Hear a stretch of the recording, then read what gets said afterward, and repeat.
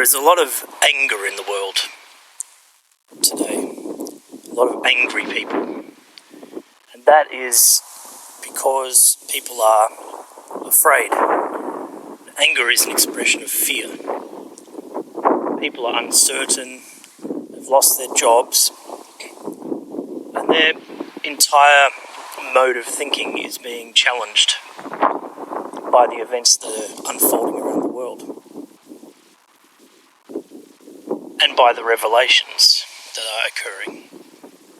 People are beginning to realise that they have been lied to for their entire lives, and these are people who thought that they knew how things worked because the system has reinforced that belief, but it's actually reinforced a way of thinking that is ignorant to most of what is happening beneath the surface all of the time. Today I see that in Canada there has been a mass shooting in Nova Scotia. And around 2012 to 2016, there were a spate of mass shootings in America. Many of these were picked apart by analysts and researchers who found inconsistencies in the stories. They were alleging that these were false flag operations, that these were diversionary operations or cover operations that were motivated by political agendas. And the agenda, of course, is alleged to be one which involves the removal of guns from the American population in particular. It's interesting that the spate of mass shootings in America decreased significantly, if not ceased entirely, after Trump assumed his presidency. Because leading advocates for gun control included the Clinton Democratic Party. So by creating these events, or orchestrating these events, these mass shootings, then governments have an incentive or a reason to justify the removal of guns from populations. In Australia, guns are illegal for the most part anyway, except for hunting purposes. But interestingly, when the coronavirus outbreak emerged, states began to restrict the sale of guns. And that is because of fear that an armed population will revolt, and that will be a serious problem for the authorities.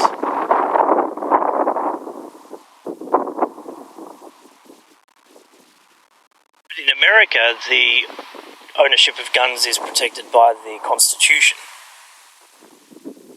and it's that right that American people are defending so vehemently. Because the reason that their constitutional rights were created and afforded to the people was because of the potential threat of a government overriding the rights of citizens. So I can understand why the American people are defensive of their constitutional rights in this respect. Whether these shootings are real or orchestrated, people are dying. Some of the analysts and researchers of the early shootings back in 2012 were claiming that people did not die and that the deaths were fabricated by the media. But I'm not sure that that's the case. I think people legitimately do die in these shootings, but the question is whether there is an element of manipulation by certain agencies to control and potentially instigate these events. Because just as in this most recent case in Canada,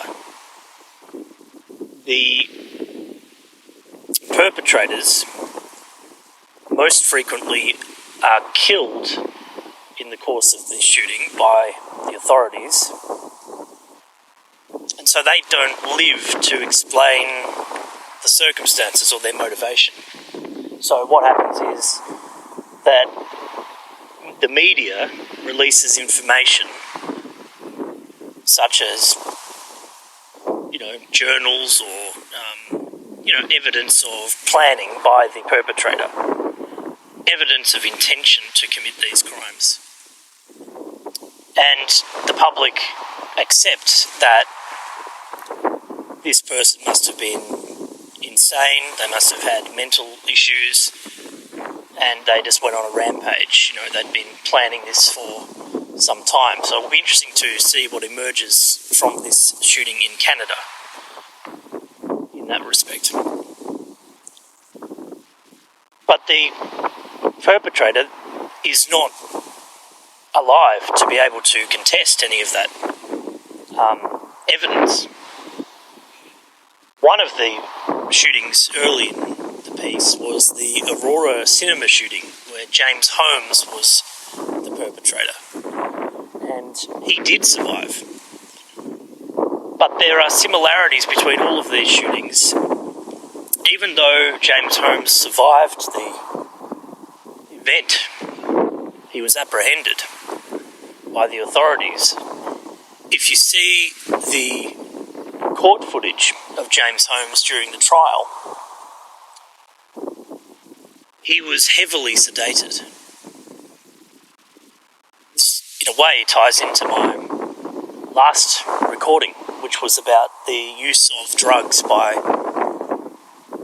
manipulators who control these events. And so even if he had information that was able to disprove the allegations against him, people would not wouldn't give him any credit. They would say that he was not of sound mind. And in fact, that's exactly what the prosecution relied on. They said that he was not of sound mind because actually he had made some statements, James Holmes, that to the effect that he had actually been prepared for that event, for that shooting, by various parties, including a psychiatrist who he was seeing in the lead-up, who had put him on a drug regime and was also, in effect, conditioning him with material and information and instruction to carry out this act. That goes into a whole other world of the MK Ultra program, which I have written about, and that is available on the Manifesto Patreon page that I've created. But the MK Ultra program is confirmed to have existed. This was a CIA initiative, a program that ran over many years, which attempted to dissociate parts of the brain from each other, so that essentially a blank canvas was created in the subject to be used as an alter, like an alter ego, that could be programmed to commit certain acts, to carry out certain tasks. And the idea was that these agents were going to be used as spies or in some way that would gather and report information to intelligence agencies. And the way that this was being achieved was a combination of mind control techniques, programming, psychological conditioning, and the use of drugs such as LSD. There were many victims of the MKUltra program who spoke out, and in fact there was a case that was brought against the CIA. The CIA have admitted that they were conducting this program. But it ruined the lives of the people who were involved, and people argue that some of these shooters, mass shooters, the perpetrators of these crimes, active shooters, are in fact have undergone a similar process to what was being conducted during the MKUltra program. By looking at James Holmes in his court appearances following the event, you can see the effects of what this program, what this conditioning does to a person. It turns them into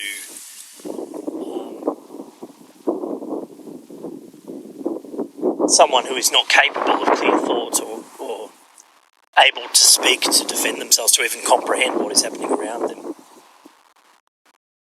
Because once their purpose is expired, it's not difficult for the controllers to effectively terminate the program and confuse the brain in such a way that it cannot process information effectively.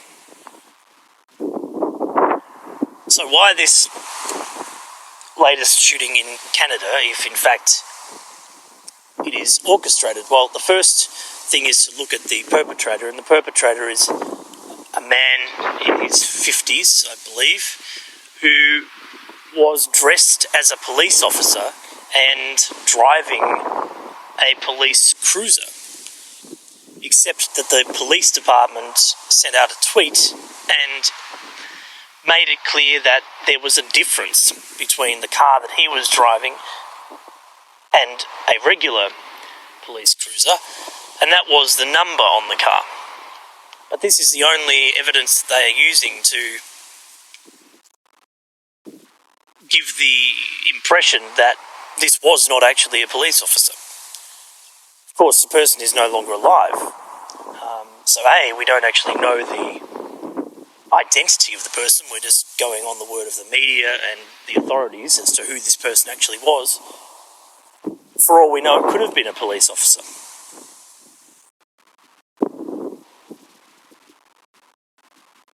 But this could be for any number of reasons.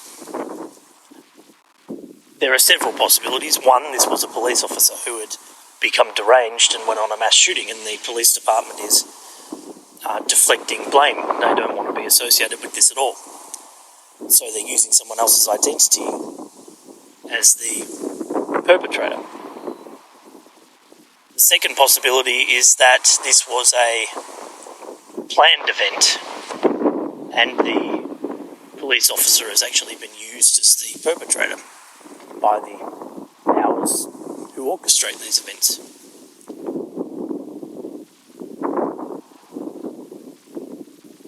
The third is that this is an actual false flag operation that is connected to the coronavirus in a way, because the area in which this shooting took place was in a rural area of Canada, and guns are for the most part illegal in Canada, and therefore the only people who have guns are people who use them for hunting. And as I've said before, I do believe that there will be a food shortage in the future, possibly the near future.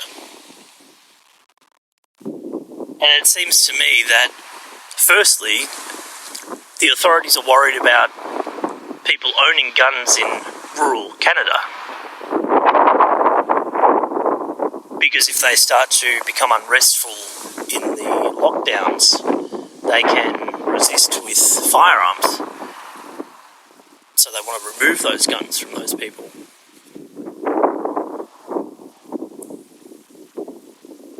And the other thing is that they intend to control the supply chain and the food networks, including the food distribution network.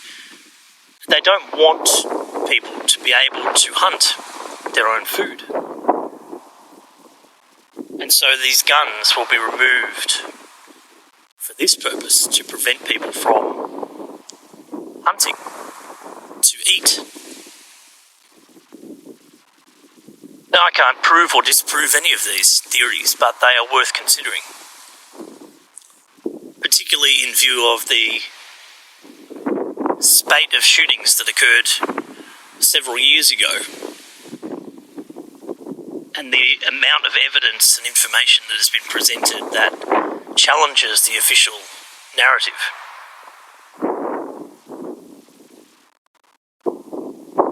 It could just be that people are at breaking points. They are becoming angry, they are becoming unsettled because of what is happening around the world. And you could expect more of that because what is happening is not going to change quickly.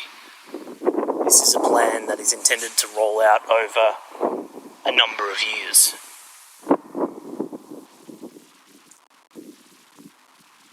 But the way to combat this for now, as an individual, is to remain calm as much as you can, to be peaceful within yourself, to not let anger guide your decisions and your actions.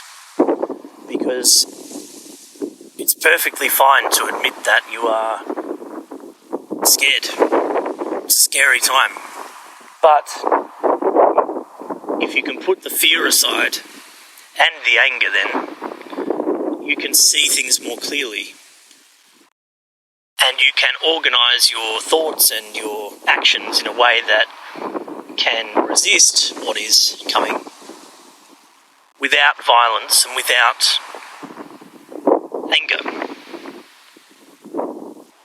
Because the other thing that anger creates is division. And what people need now is unity. They need to come together. And anger will only drive people further apart. It also will give the authorities greater control in the long term, because they will have more reason to justify further restrictions.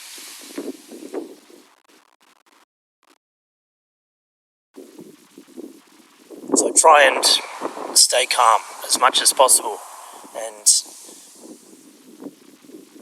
find ways to uplift your spirit, as difficult as that is in these times.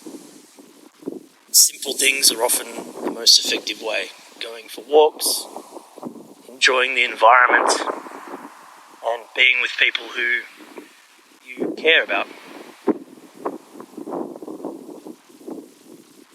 Well, I'll talk to you all again shortly.